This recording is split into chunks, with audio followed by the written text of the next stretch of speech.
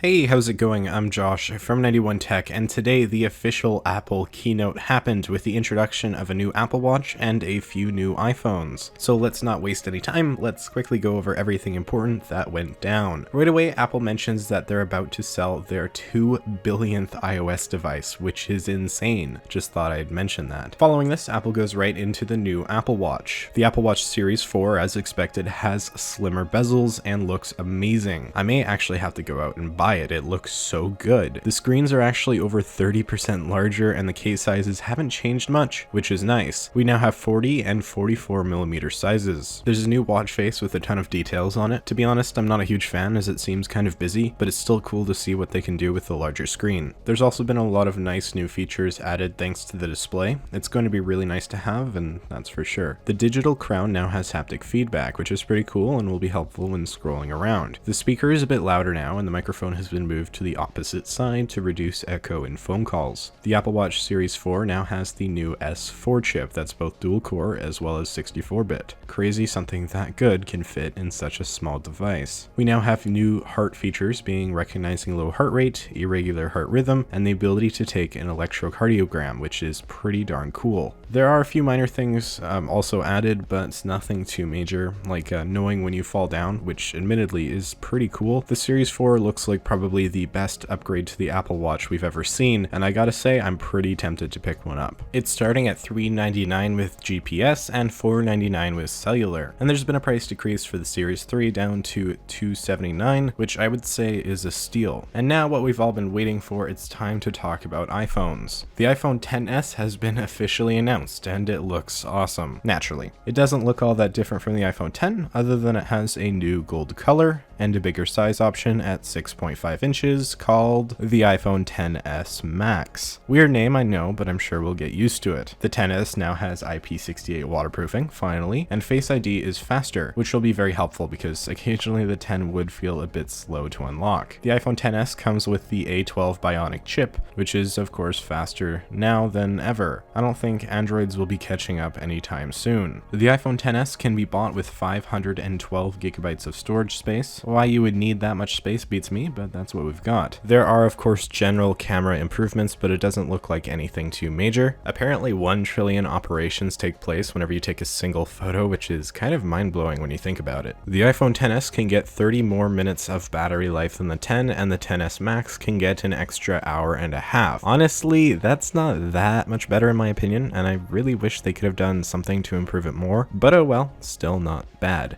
especially with the Max. The XS now has support for dual SIM cards. This is something that'll be helpful for some, although not me personally. Overall, the XS isn't a huge upgrade besides the bigger size. It's just an S upgrade, but it's still nice to see general improvements, and I look forward to getting my hands on one. Unfortunately, there was no price decrease, with the XS still costing $999 to start, and the XS Max costing $1099, and that's only for 64 gigabytes. While I'm not happy with this, and neither is my wallet, I'm not particularly surprised. And the last thing for the XS, it's going to be available September 21st, and I believe you can pre-order it this Friday. It's nice to see it's coming so soon compared to the iPhone X, which wasn't available till November last year, I think. That was a pretty painful wait for me. And now, the iPhone 5C has been reborn in the form of the iPhone XR. We have a ton of color options with white, black, blue, coral, and yellow. And wow, this phone looks really, really good. It looks just like the 10 and XS, but has a 6.1-inch LCD panel. This will probably be the best LCD screen we've seen in a smartphone ever. I'm guessing, I don't know, LG's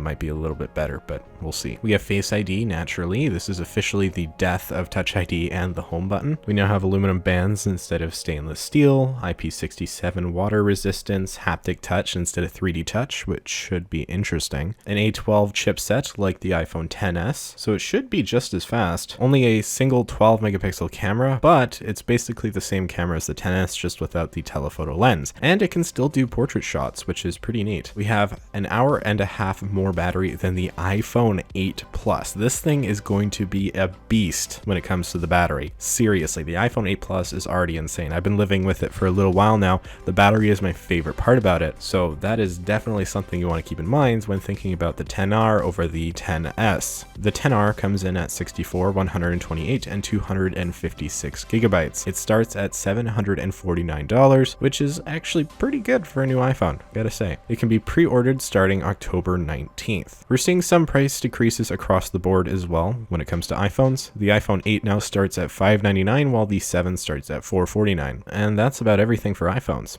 Definitely an important day in that department. So what's left? Well, not much. iOS 12 will be coming September 17th, which is Monday, and Mac OS Mojave is coming September 24th. And that's about all there was. It was a big keynote to be sure, with big upgrades to the Apple Watch and iPhone, and I'll definitely be covering these more in the coming days. But for now, that's all I've got for you. If you enjoyed this video, maybe hit that like button and consider subscribing for more content just like this. What do you think about all this? Comment your thoughts down below. I'm pretty curious. And maybe go follow me over on Twitter and Instagram for more on this stuff. That all being said, I'm Josh from 91 Tech, and I will see you all next time.